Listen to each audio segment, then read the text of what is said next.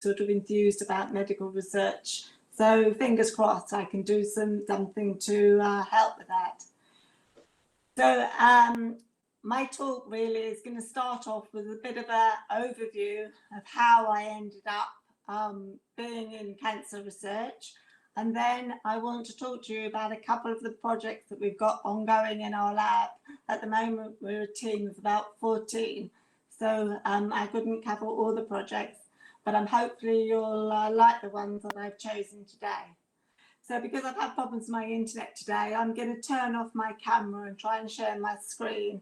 Abby, if there's any problems while I'm going along, please just message me.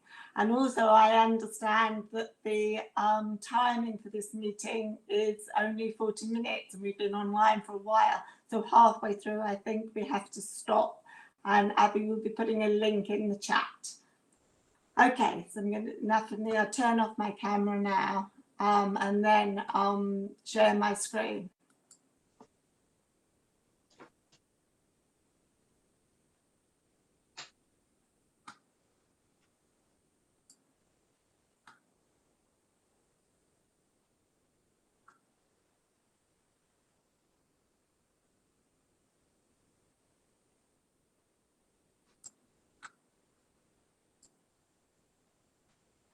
Okay, so the title of my talk is Cancer Research, It's Personal. So this is a bit of a strange start to our talk. I know, a photograph of a sort of middle-aged man, but hopefully it will become clearer in a minute why I've started with this. This man's name is Alan Sherman. In 1934, he was born into a low-income family in South London. In 1945, he passed his 11 plus to a state-funded grammar school. Now, back in those days, everybody took the 11 plus exam, obviously when they were 11, and if they passed, they went into a grammar school, and if they didn't do so well, they went into a secondary modern school. In 1952, having done his, what was called O-levels then, but now you would call GCSEs, and then his A-levels, he won the only scholarship for a working class student to do medicine from South London. He went to University College London to do medicine, and in 1957 he qualified as a physician and did 2 years medical and surgical rotations at Queen Mary's in London. In 1959 he entered the RAF to do national service as a medic. He travelled the world helping in wars, including in Iran. In 1962, he returned and became a very popular and successful GP in Hawley. So the reason why I'm talking about him is very important to me, is my dad. And I was brought up with him being a clinician and talking medicine all the time. I was born in 1964, and because I had medicine around me all the time, I started to train as a biomedical scientist in haematology and blood transfusion. Haematology is the study of blood. In 1996, admittedly, I'd got a little bit bored with that. I was in a diagnostic lab at St Thomas's Hospital in London. It was really, really interesting. The studying was interesting, and I learned a lot with the diagnosis. But I felt frustrated that you diagnosed a patient, you handed over the results, and then that was it. You didn't do anything really to help. And I wanted to do more to be able to help. So in 1996, I switched careers to leukaemia research, and I did a PhD.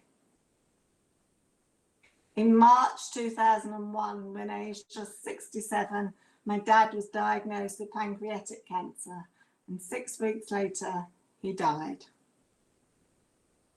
Pancreatic cancer is one of the worst cancers that you can get.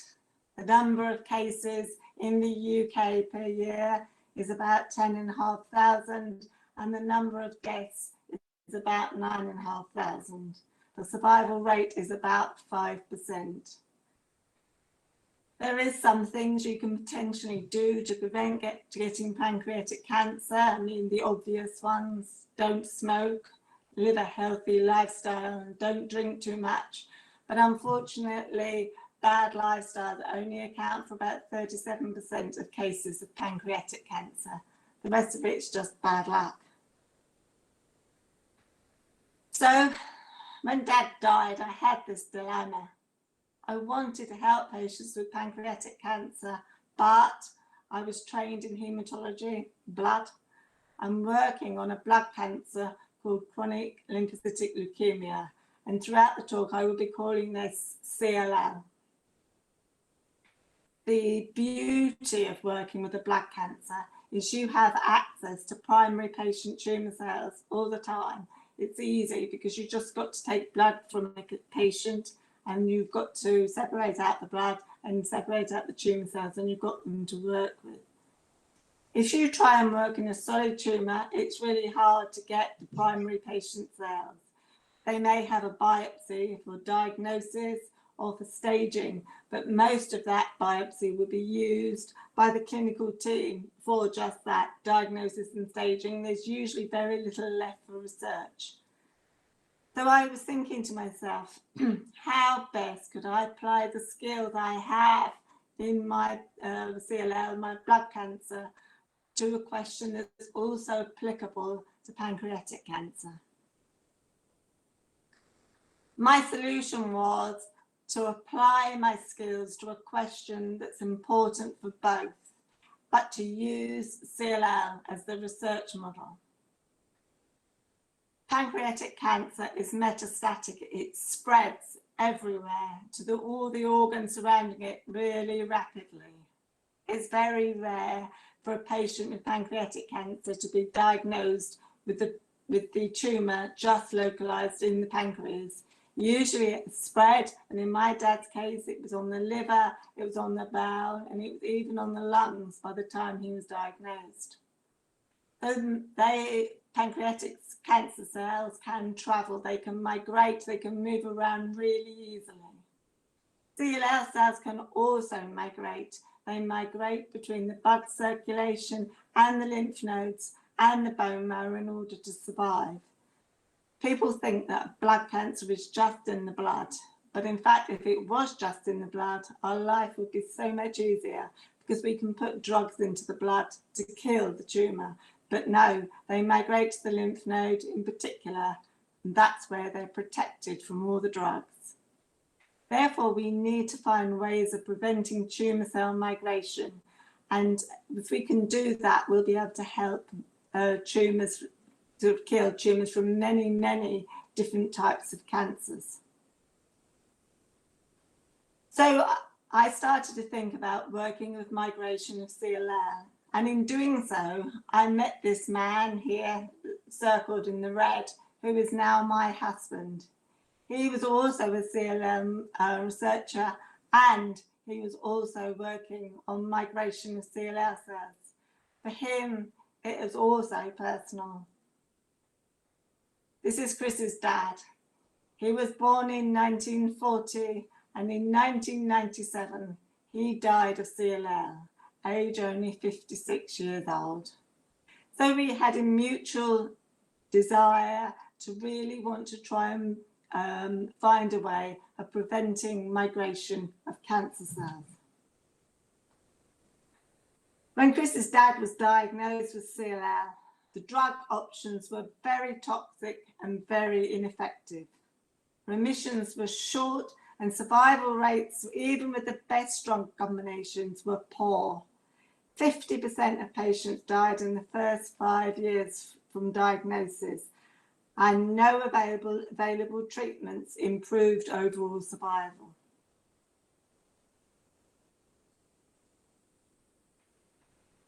There were some treatment improvements around 2009 with the introduction of the drug combination fludarabine, cyclophosphamide and rituximab. But this is a very, very toxic combination, and many patients are just too old, too frail, or too ill to be able to tolerate it. Even with this, very few patients survive much beyond 5 years. So let's move on to chronic lymphocytic leukemia. What is it? Before I jump into CLL, I just want to have a brief overview of the basic hemopoiesis, and then we can show what goes wrong in CLL. Normal hemopoiesis starts with a pluripotent stem cell in the bone marrow that can differentiate into any cell. This matures into multipotent stem cells of either the myeloid or the lymphoid lineage. The myeloid stem cell differentiates further and eventually leads to the release of mature red blood cells, platelets, monocytes and granulocytes into the circulation. The lymphoid stem cell is much simpler and just differentiates into B lymphocytes and T lymphocytes, which you'll find I'll probably start calling B cells and T cells throughout this talk, because it's another name for them. B cells then differentiate further into plasma cells, and these are the antibody secreting cells that you need to clear up infections. So what is leukemia? Leukemia arises due to a failure for hemopoietic differentiation. It results in the accumulation of immature and dysfunctional white blood cells. There are four main categories depending on the lineage and the extent of the differentiation. In acute leukemia, differentiation arrests early in hemopoiesis and results in immature white cells accumulating in the bone marrow. If it's in the myeloid lineage, it's acute myeloid leukemia, and if it's in the lymphoid lineage, it's acute lymphocytic leukemia. In chronic leukemia, cells are more differentiated, but they're dysfunctional.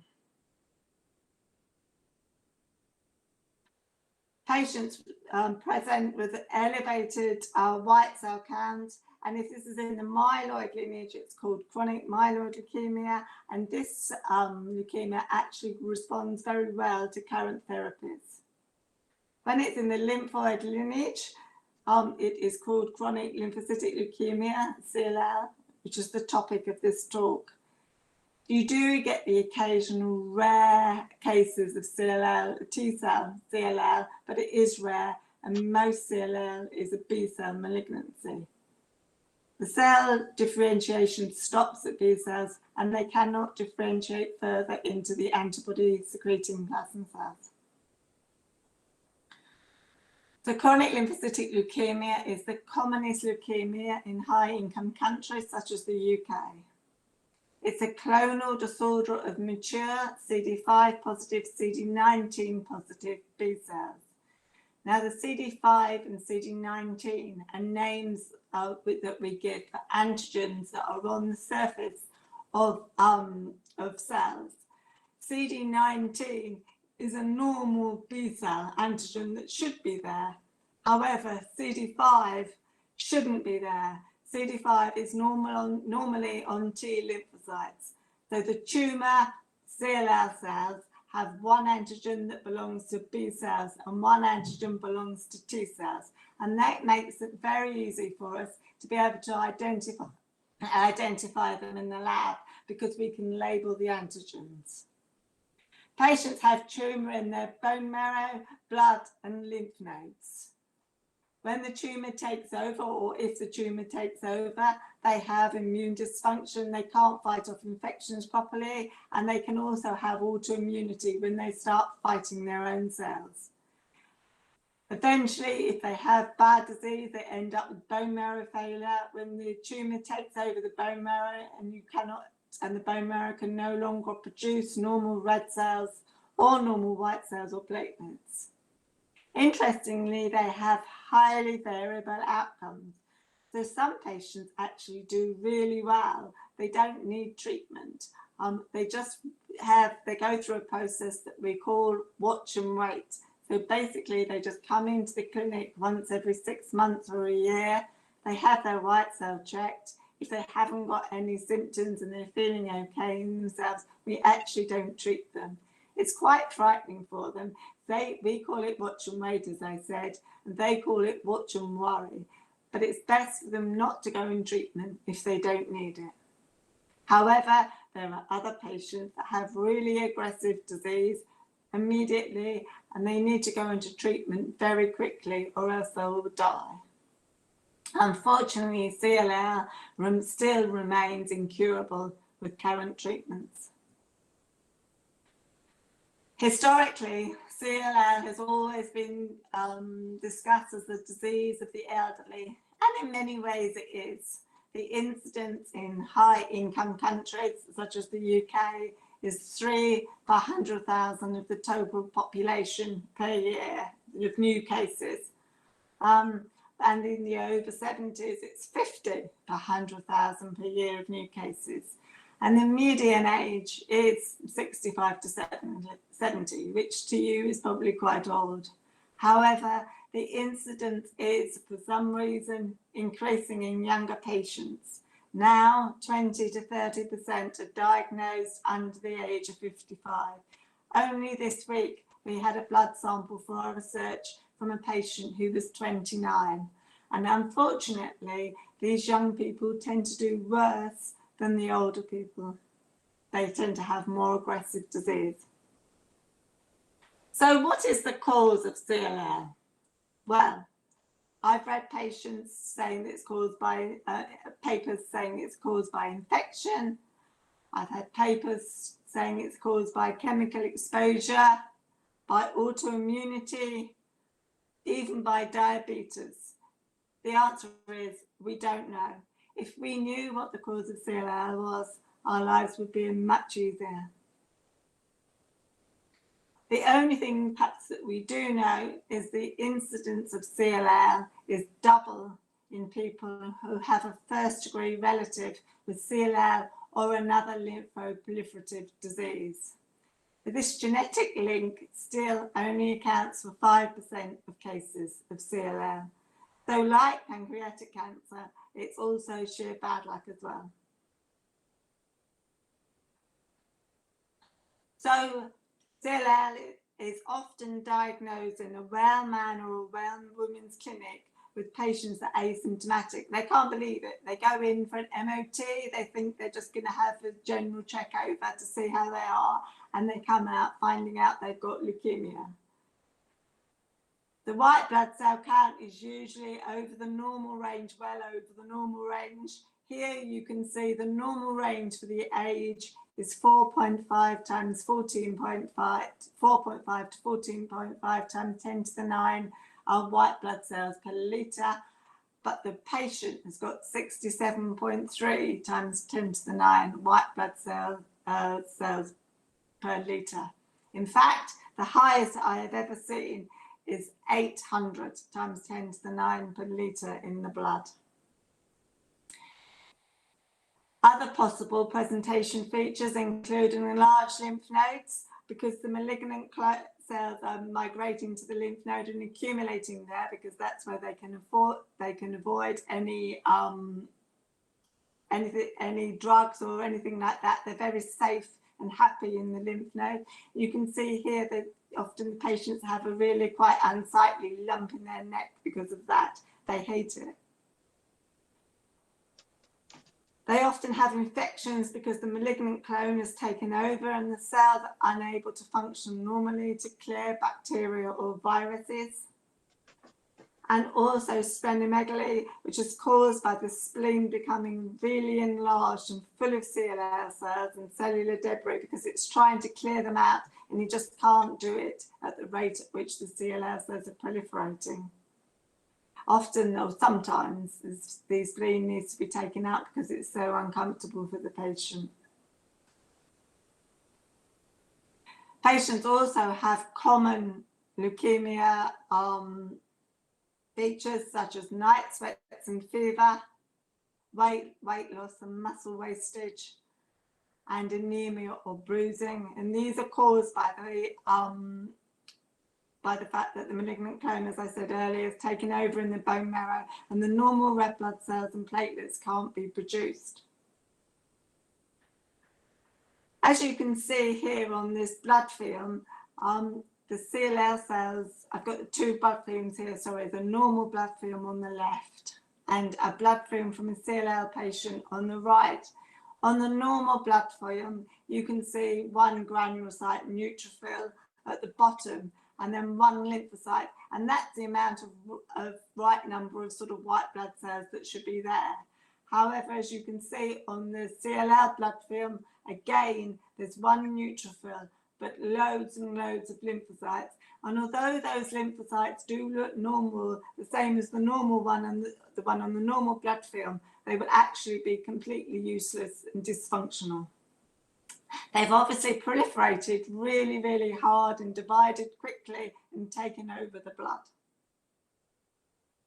So how does a B lymphocyte get stimulated to proliferate and divide?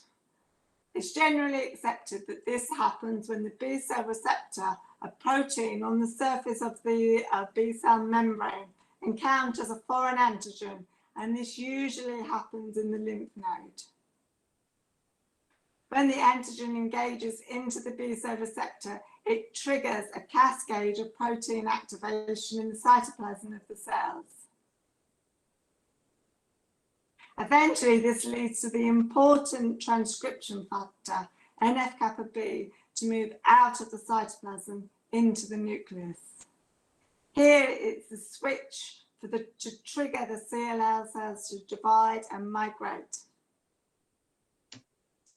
NF-kappa B, interestingly, is much higher in CLL cells than normal B lymphocytes, which is why we need to stop its activation. And that's what a lot of our research is about. So some key facts that we know about CLL cells. CLL cells need to migrate from the peripheral blood to the lymph node to get the proliferation and survival signals that they need in order to keep going. Here, they are also far more resistant to any therapies that the patient's been given. We need to stop this by blocking their migration ingress into the lymph node and forcing the egress out of the lymph node. As I said earlier, the major activation pathway for CLL cells is the B cell receptor pathway, which activates important transcription pathways, including NF-kappa B, which in turn triggers proliferation, migration, and survival of the tumour cell. Current B cell receptor targeted therapies, such as ibrutinib, which target BTK, you can see here,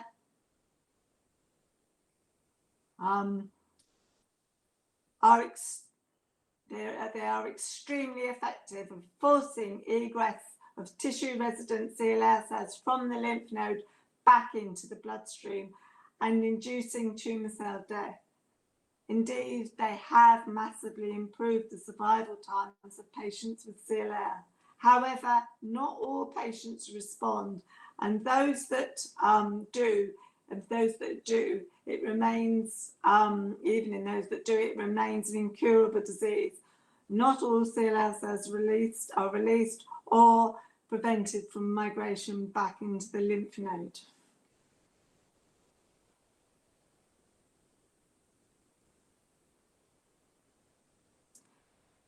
So if we can block the B cell receptor pathway signalling by blocking BTK with drugs such as ibrutinib, but the CLL cells are still there and still able to activate NF-kappa B and still able to migrate to and from the lymph nodes, they must be signalling through another pathway.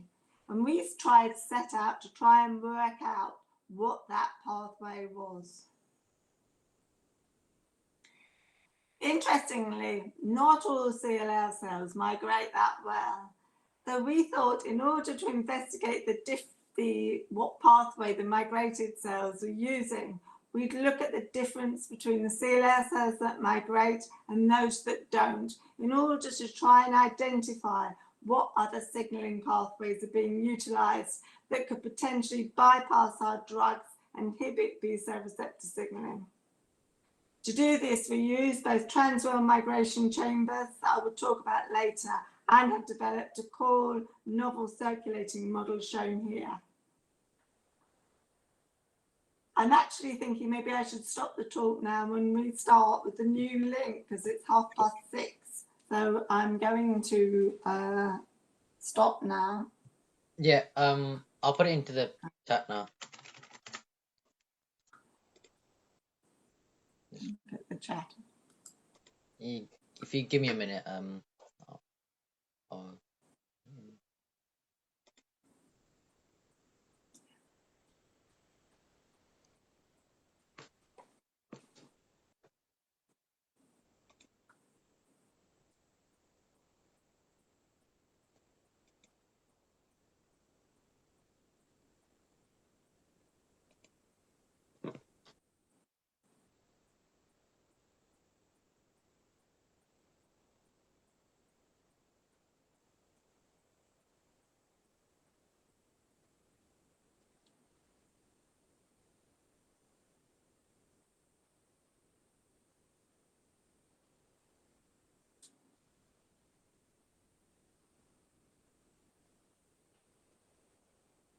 should have come through now. Okay.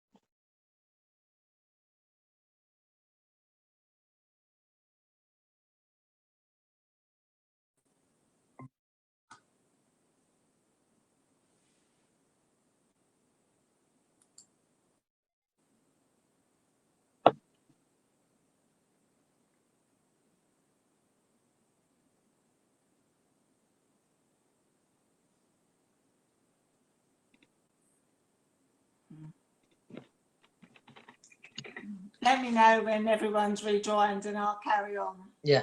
I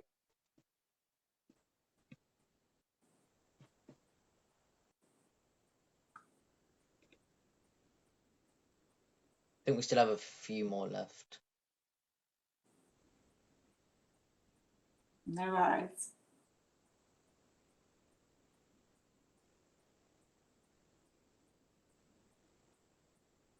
I think that's it.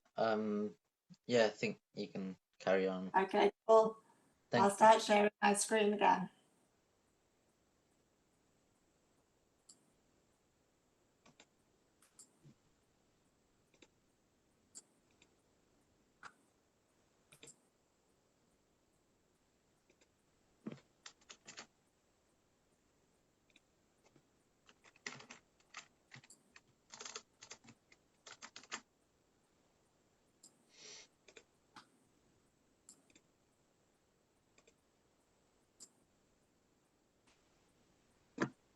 So if I can just talk through the circulating model that we use, if you remember, to try and separate migrated CLL cells from non-migrated CLL cells. And this is a circulating model that my husband actually thought up, and we worked on it together and developed it. So I think it's his invention, inverted commas.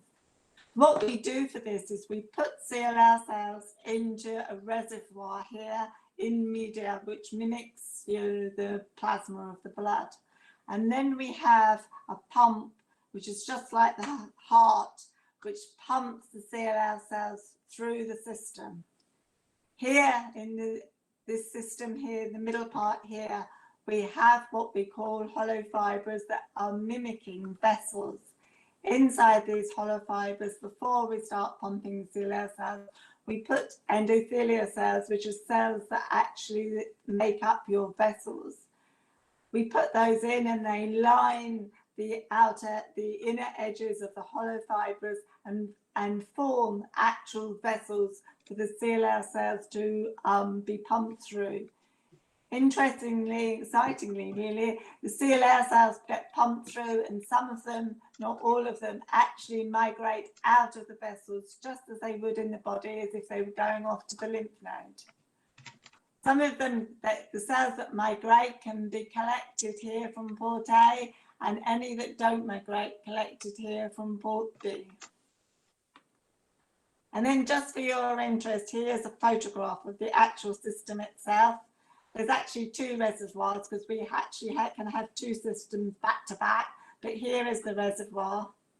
And then we have the hollow fibres in the middle here. And the CLL cells that migrate can be collected here, and the ones that don't can be collected here. This I like this electron microscopy figure. It's the inside of the hollow fibres. The one on the left is the endothelial cells when we first put them into the hollow fibres. And then what we do is we just pump through media, no CLL cells, just media for about 24 hours. And the endothelial cells join together to actually form like a vessel, and that's what you can see on the right hand side here. And this is the outside of the hollow fibres, the outside of the vessel, showing CLL cells that actually migrated through the endothelial vessel layer and are sitting on the outside, and they're the ones that we collect. So the ones that were migrated are collected from Port A, and those that are not migrated are collected from Port B. Once we collected these from 10 different patients' samples from patients with CLL, and we decided to compare that RNA by sequencing them to see which signalling pathways were being used in the migrated CLL cells that were not being used in the non-migrated ones. RNA levels are a great way of working out which genes are actively being transcribed. We found over 6,000 genes were significantly different between the migrated and the non-migrated, but one striking result was seen in toll-like receptor associated genes. This is not really surprising, as toll-like receptor signaling has been associated with proliferation, survival and resistance to chemotherapy in other tumours, and interestingly it also activates NF-kappa B. TLR9 gave the most consistent result for the 10 patients that we sequenced and seemed to be the best candidate to study, as it's known actually to play a role in migration of other cancer cells. Unlike the B-cell receptor, TLR9 is an intracellular receptor, and it's located in the endosomal membranes and is a component of the innate immune system. It responds to the presence of unmethylated DNA, which is usually in bacteria and viruses, but is also in human mitochondrial DNA. So, our cells signaling through TLR9 in order to avoid the blocking of the B-cell receptor pathway.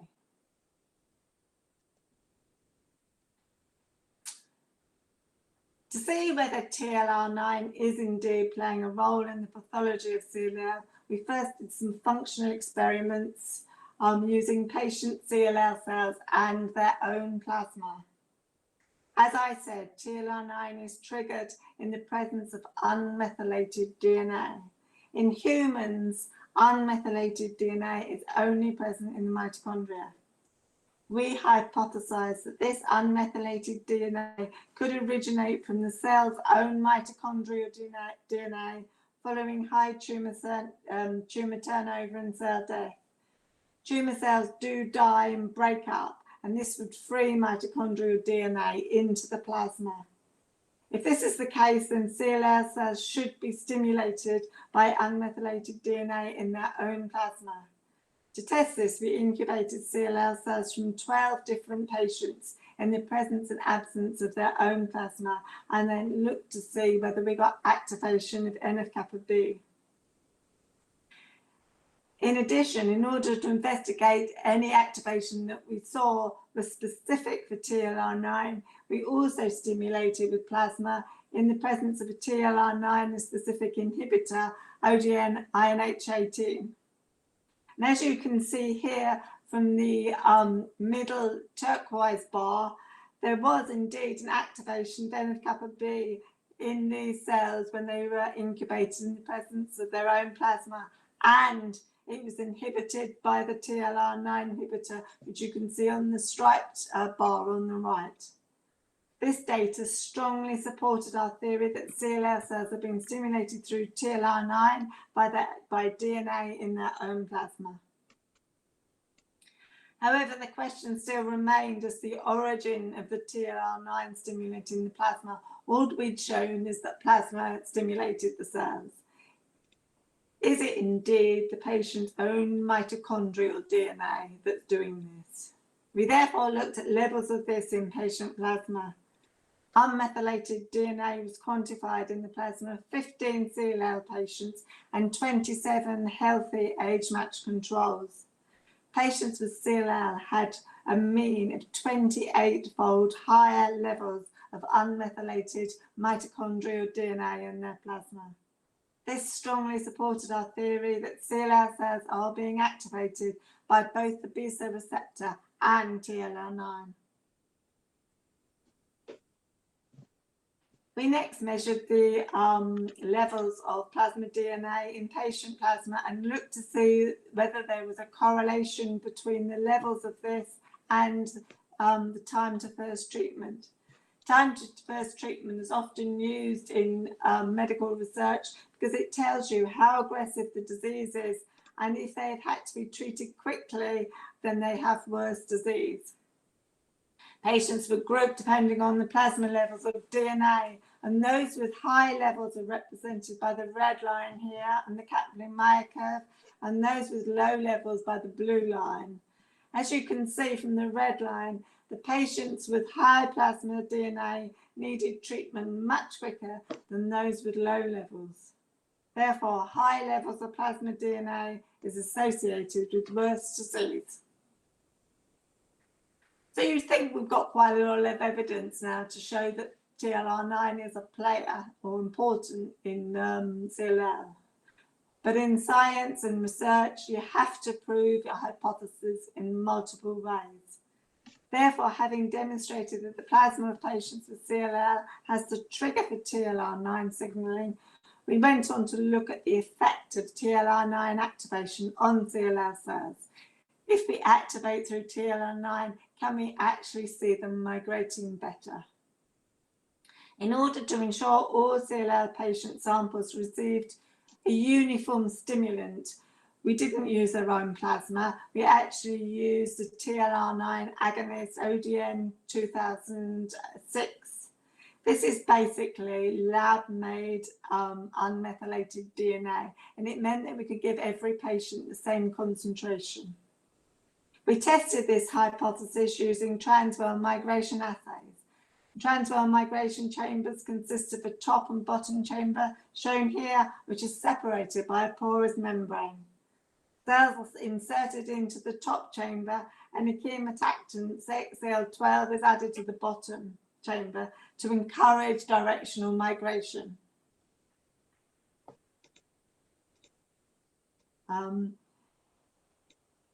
So basically, the cells are primed to migrate, and they can squeeze through the membrane and enter the bottom chamber. And the spaces in the membrane is very small, so they've got to be keen to migrate. They can't just fall down by gravity. The cells in the bottom chamber can be collected and counted and compared between experimental conditions. And we found that TLR9 activation induces a significant increase in CLL cell migration. CLL cells from the majority of CLL patients that we tested had an increased level of migration following TLR9 activation. Therefore, we felt that we had strong evidence that as well as B-cell receptor signaling, CLL cells are also utilizing TLR9 signaling in order to sort of migrate, to survive, and to divide. It would therefore appear that inhibition of TLR9 signaling pathway could benefit, potentially benefit CLL patients, as well as inhibition of the B-cell receptor. So we looked to see whether we could find any synergy in reducing CLL migration by inhibiting both the B-cell receptor and TLR9. Synergy means that you can add two drugs together. When you add two drugs together, the decrease in migration is better than either alone or the additive effect of the two. In our assays, stimulated CLL cells were incubated in the presence of the B-cell receptor inhibitor, which is shown here in the turquoise, the TLR9 inhibitor, which is shown here in the red, and the combination of the two, which is at the end, which is the checked bar. Both agents significantly reduced migration, but when we combined them, there was a strong synergistic interaction. This was a very exciting result for us, and we're now working to get this to the next stage. However, as BTK and TLR9 are both early events in the signalling pathway, it would ideally be better if we could prevent patients having to take multiple drugs to try and block numerous proximal drug targets, and actually identify a drug that will work downstream after the pathways have converged. NF-kappa B appears to be an excellent candidate, but unfortunately it's not a single protein. It's a family of proteins that also activate each other in a cascade. Nothing is simple in the world of research. Its translocation from the cytoplasm to the nucleus can be rapid and transient through the canonical pathway, or slow and persistent through the non-canonical pathway. Ideally, we block both these pathways. Unfortunately, previous attempts to block the IKK beta, which is part of the canonical pathway, has failed, as it's just too toxic to be clinically tolerable by the patients. However, in the protective lymph node niche of CLL, cells are receiving a very powerful non-canonical pathway signal to help them with their migration and their proliferation. Therefore, we looked at the effect of targeting the non-canonical pathway in CLL using a novel NIC inhibitor. So NIC is part of the non-canonical pathway, and inhibitors called CW15337 that had been made by our collaborator, Professor Simon Mackay, who's a medicinal chemist based at the University of Strathclyde. We've shown that after a short incubation with different concentrations of the NIC inhibitor, viable CLL cells showed a dose-dependent reduction in migration, even at very low concentrations. This demonstrates that inhibition of NIC could potentially reduce CLL ingress by inhibiting both B-cell receptor and TLR9 signaling. Using longer duration assays, we then wanted to look at the effect of NIC inhibition on killing CLL cells in comparison to normal donor lymphocytes. Ideally, when you're testing out any drug, it's only of any use if it's more potent in the tumour cells, obviously, than it is in the normal cells. And to do this, we found the LD50 of the drug. This is the dose of the drug that kills 50% of the cells in a short time. As expected, both primary cells and the CLL cell, CLL MEC1 cell line, which is shown here on the left, the purple and the blue bar, were much more susceptible to NIC inhibition at low doses than normal cells. Both of them had 50% of the cells killed at a dose of less than 2. And the normal B cells were only killed at a dose of 4, and normal T cells at a dose of 6.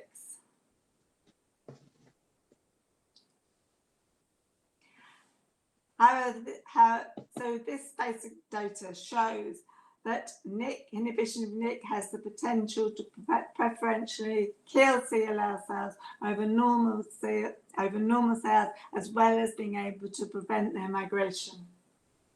However, these viability assays are shown here are just suspension CLL cells, just cells growing on their own in the lab, and don't really account for the protective niche of the lymph node microenvironment where we said before they go and hide from therapies. It's here that CLL cells remain and receive those powerful survival signals, and they get these survival signals from the cells that are surrounding them. So we've mimicked this lymph node microenvironment using a model of the lymph node that we've created in the lab.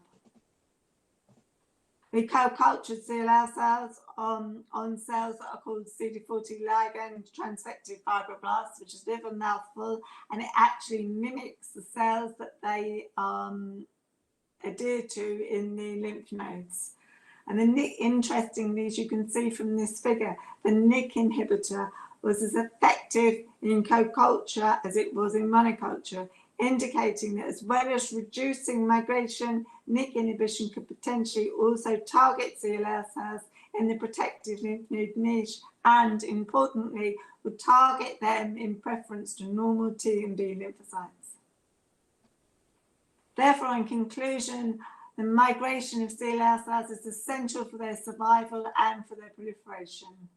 We've got evidence to suggest that CLL migration is triggered by both the BSL receptor and TLR9 signaling, and that dual targeting of both of these pathways is synergistic at blocking migration.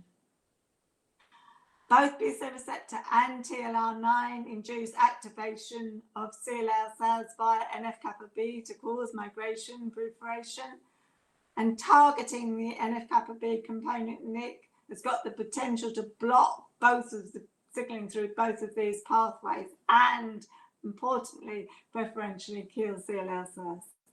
And what's really exciting from this work is the findings could be applicable to many other cancers.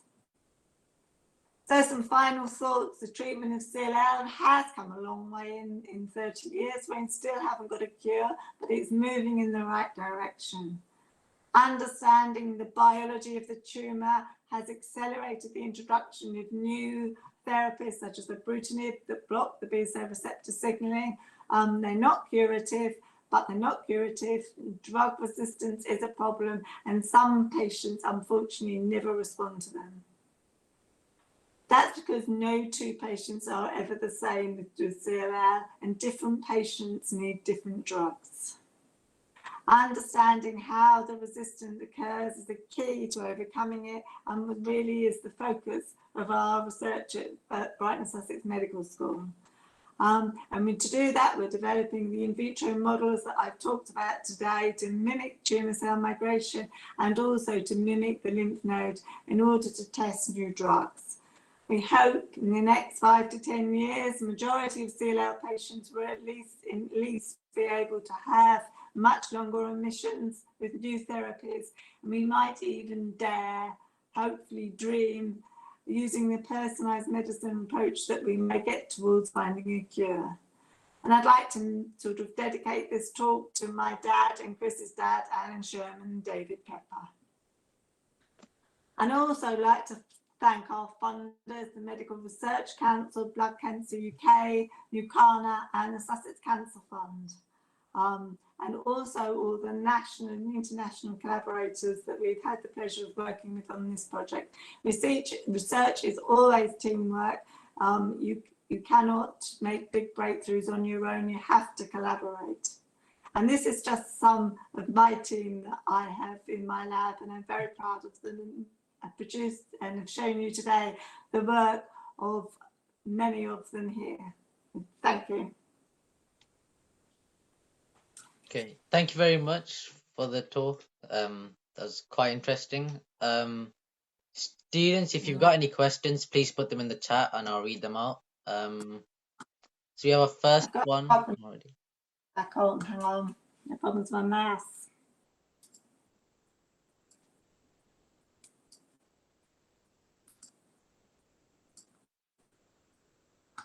Excuse me a second, I've got a few problems with my mouse.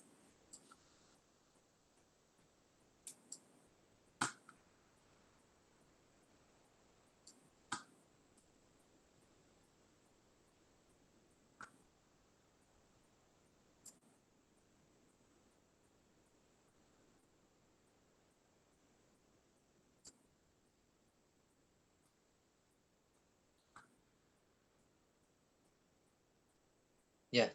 Hello. Hi. Yeah, so we have one question already. Are there any side effects of NIK inhibition?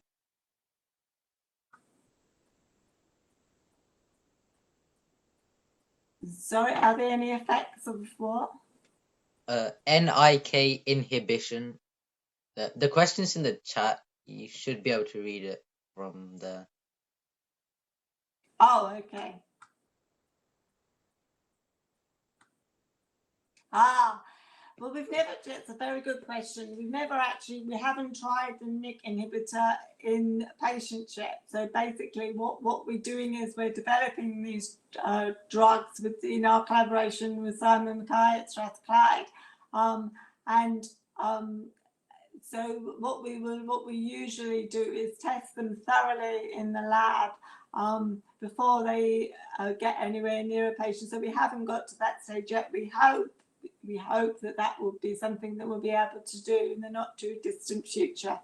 Hopefully, because it's targeting the non-canonical pathway rather than the canonical pathway, we are optimistic that it won't be as toxic as some of the other some of the canonical pathway drugs that have been tried out in the past.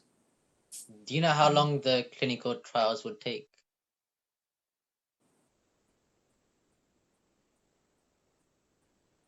How long can you take? No, I meant how long would the clinical trials take? Oh, how long can it take to get to trial? It can take years to get to trial.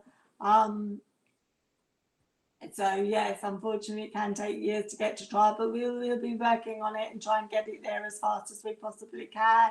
We have to do a lot more experiments in the labs in order to prove its effectiveness. What I've shown you today has actually only been done in the last year. So we'll need to have build up a lot more evidence before we can get it to anywhere near trials. And then you've got to get a pharmacological company to get interested in it in order to take it to the next stage.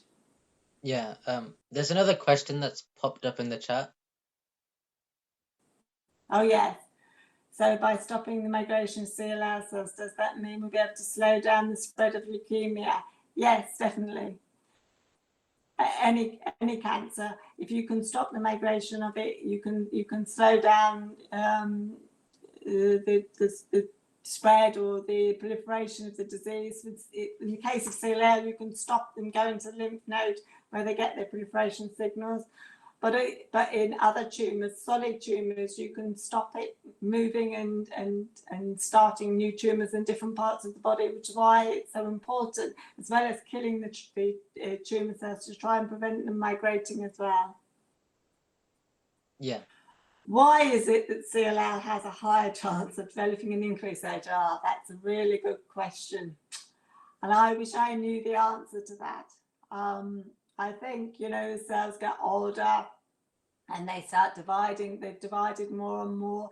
There's things in the cells called telomeres, which get shorter and shorter. And the older you get, the shorter your telomeres get, because they get shorter every time the cell divides, from when you're a fetus right through to an old person. And I think as they get shorter, you're more likely to get abnormalities in the cell and problems, and that's when cancers often develop. But that's the best answer I can give, because if I knew the answer to that, we'd be getting a lot further than we are now. Can you use the migration system on other types of cancer? Yes, we could. Potentially we could, if we could get hold of the tumour cells.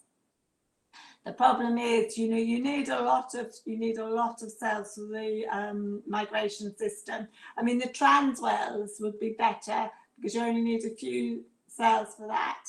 So you could probably get some cells from a biopsy of a solid tumour and put it in the transwell. In the circulating model, you need a lot of cells. So we generally use leukemia because they have, as I said, high counts in their peripheral blood, so we can get a lot of tumour cells all in one go. Yeah. How does leukemia lead to death? Well, lots of ways, really. So the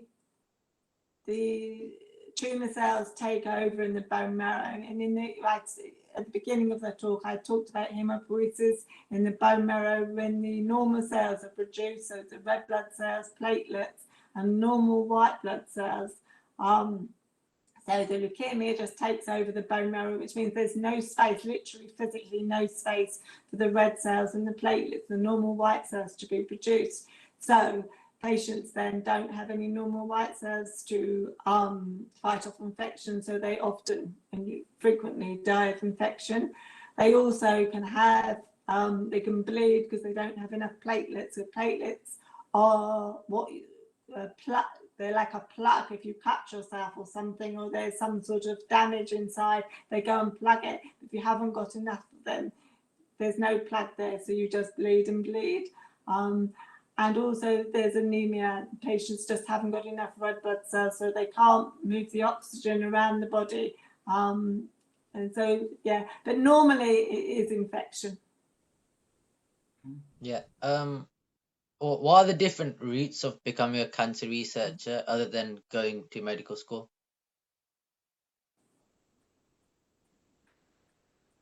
I didn't go to medical school. Oh. So, is that what your question is? It's breaking up a bit here, but can you do research other than go to medical school? Yeah. Yeah. So no, I didn't go to medical school. You can do, if you do a degree in sort of a biological related cell biology or biomedical sciences or something like that. They even have degrees at King's in London on cancer biology, I think it is. So there's a whole host of degrees that you can do that can lead to medical research. And in fact, most of my team are not clinicians. Some of them are. And it's good to have a balance of what I call scientists and clinicians, but most of them are just scientists and done their degrees in the sort of topics I just mentioned. Yeah. Another question's popped up in the chat. All right. Is leukemia significantly harder to treat than other cancers because it originates? Yes, in some ways it is harder. It's in the bone marrow, it's disseminated. So it's, you know, sometimes with other cancers, the easiest ones to treat that are localized, they're just in one place. So you can use radiotherapy and then you can use surgery to remove the tumor. For us, leukemia is just everywhere. It's in your blood, it's in your bone marrow, and in case of CLL, it's in your lymph nodes, and it's just all over the body. So that disseminated nature of leukemia makes it much harder than especially solid tumours that are not metastatic, ones that just stay in one place. Yeah.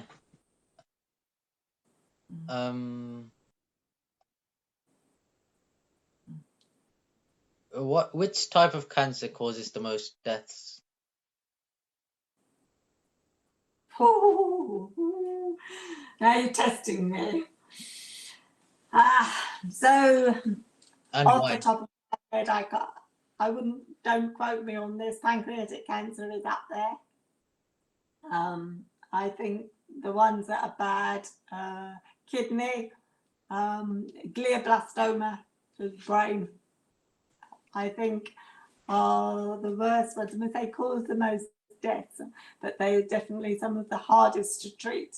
Some cancers, you know, we've come a long way with some cancers. There's some cancers that, the breast cancer in particular, the treatment for that is so much better than used to be. Survival rates are so much better. But there are other ones like glioblastoma and kidney and pancreatic when, you know, the moves forward have been very small. Why are some cancers more deadlier than others? More deadlier than others. Yeah, why are sometimes, why are some worse than others? That's a good one. I mean, sometimes it's a location. I mean, glioblastoma in the brain, you can't start pulling the brain apart to take the tumour out, you know, whereas in the breast you can. So sometimes it's a location, sometimes it's just the nature of the cancer, because malignant cells are usually adaptations of the normal cells that are there, and unfortunately for some cancers it's just worse than others. Is it likely that CLL cells migrate to other organs and cause them to shut down? No, not really, because CLL cells don't really form a big solid tumour apart from perhaps in the lymph node. So no, probably not. No. What would you say has been the biggest breakthrough in cancer research in the past, perhaps, decade? The best country for research? No, the biggest breakthrough. The biggest research. A lot of people think that the best research that comes out of the United States, but I'm not a firm believer of that. I think in Europe we're up there, you know. I think there's a lot of good research going on throughout the world, really. And you know, different countries excel in different areas. So I don't think you can really say one particular country is the biggest or best research. I mean, countries that have more money for research, but also they waste more money on research that doesn't go anywhere. So yeah, can't really answer that. I think Britain is best. Of course I do. I'm biased. In fact, in one of the photographs, I forgot to mention, I meant to say, there was, when I showed the photograph of my husband, there was a lady on the at the end called Professor Tanya Stankovic, and she's actually a researcher in Birmingham who works on CLL, who we collaborate with, and she's at the University of Birmingham. So if you ever want to know more about CLL or go and see someone talk about CLL research, Tanya Stankovic is the person to contact. Wow. There's been a few more questions in the chat. Oh, a few more, sorry. Okay. Would the stem cell transplant in the bone marrow be a possible treatment for CLL? That's a really good question. So stem cell transplantation is one of the best ways of curing any leukemias. Unfortunately, generally it's far more effective in younger people, and because it's very difficult to do a bone marrow transplant in anyone over the age of 50. So they just can't survive the process. Transplantation is a very, very toxic process, and only really young people can tolerate it. So the problem for CLL is that it's predominantly older people, but they do try and transplant younger patients that get it. So that is definitely, you know, there as an option. The next question is, can leukemia increase the probability of developing other cancers? Actually, what sometimes happens, unfortunately, is the treatments that we use for one cancer can years later cause another cancer. So yes is the answer to that. Unfortunately, it's not the leukemia itself usually that causes another cancer, but it's the treatment that we use for it that can cause another type. So sometimes you have one type of blood cancer, and then you have treatment for that, maybe one of the toxic drug combinations I talked about, and then 5-10 years later you'll develop another type of cancer that's been caused by the treatment, unfortunately. And the same for malignant tumours, so solid tumours. So often the treatments they use for solid tumours, they can get rid of solid tumour, and then years later the patient will develop leukemia because of that treatment. If we find a certain way, ideally, to completely stop migration of CLL cells in all patients, does this mean that leukemia will be curable? Well, I like to hope so. It would certainly be a lot more curable than it is at the moment, because CLL cells, if they literally cannot, a single cell cannot get to the lymph node, they're not going to survive for very long. The CLL cells would just die off on their own if they were just left in the circulation. What's been the biggest breakthrough in cancer research in the past decade? I think I can't sort of name one particular cancer, really. I mean, I think the general getting away from chemotherapy, so getting away from those horrible toxic reagents that make you really ill, moving on to the small inhibitors, so like ibrutinib that I mentioned, that inhibits the B cell receptor signaling, that's actually not very toxic at all. It's far more, it's better for the patients, and they can tolerate it so much better. So, and there's other cancers such as chronic myeloid leukemia that I mentioned earlier. And they are also really helped by a drug called imatinib, which they just take for the rest of their life, and it keeps their leukemia at bay. So I think for the small sort of molecular inhibitors, for me, the biggest breakthrough, because it's applicable to many cancers, not all, but many. But you ask any cancer researcher what the biggest breakthrough is, and we'll all tell you something different, and we'll all tell you it's in the area that we work in. Yeah. Yeah, I think that's the last question. I think I have one more. I'll put it in the chat. Are there any more? Oh. Yeah. What are some of the difficulties you face in setting up your own lab? Oh, yeah, that's a nice one. Okay, so I'll tell you a little bit of history there. So I used to work at King's College in London, King's College University in London, and my husband Chris was working in Cardiff. He's Welsh. He was working in Cardiff, and we were collaborating from a distance, England and Wales,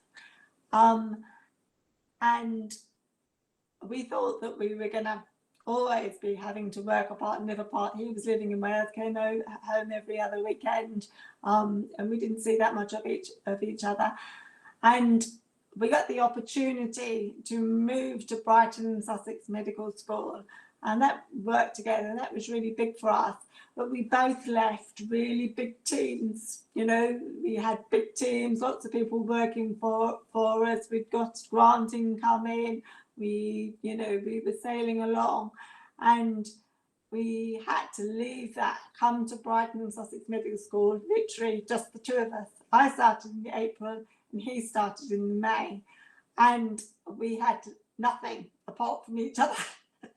And we had to start writing grants, trying to get people in, and now, I mean, I'm very proud of what we've achieved. Now I've got a team of 14 and it's growing. So I think there was the difficulty was the worry, you know, we've moved somewhere else, are we still going to get the grants, or are we actually going to be able to get any money in to do our research? But thankfully we did. Yeah. Yeah. Okay. Shall we leave it there? Thank you everyone for joining. Thank you, Professor. I hope some of you maybe would think about a career in medical research going forward.